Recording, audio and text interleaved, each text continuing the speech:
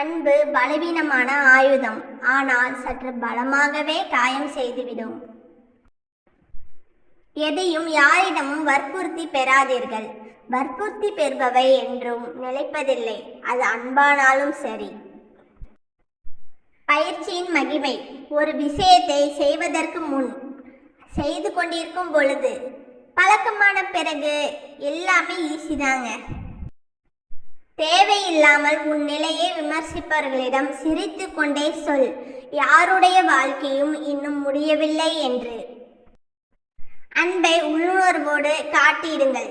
யாருக்கோ போட்டியாய் உங்களை நீங்களே நினைத்து கொண்டு அன்பெனும் பேரில் உறவுக்குள் வேலி போடாதீர்கள். ஒருவர் உங்களை காயப்படுத்தினால் பதிலுக்கு நீங்களும் காயப்படுத்த வேண்டாம். அவர்கள் செய்த தவறை உணரும் காலம் வரும். பொறுமையுடன் இருங்கள். வாழ்க்கை அன்பால் அரண் செய்யப்பட வேண்டும்.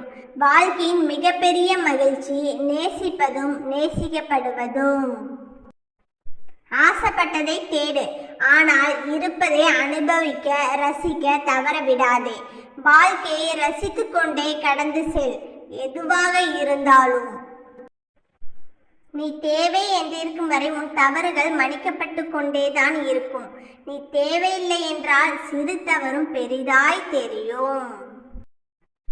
ஒதுக்கப்படுகிறாய் என்று தெரிந்த நொடியே ஒதுங்க பழகு. காரணம் கேட்காதே.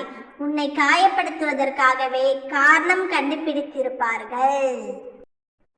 வாழ்க்கையில் கஷ்டங்களை மட்டும் அதிகமாக பார்த்தவர்கள் அளவுக்கு மீறிய அன்பை மற்றவர்கள் மேல் வைத்தவர்கள்தான்.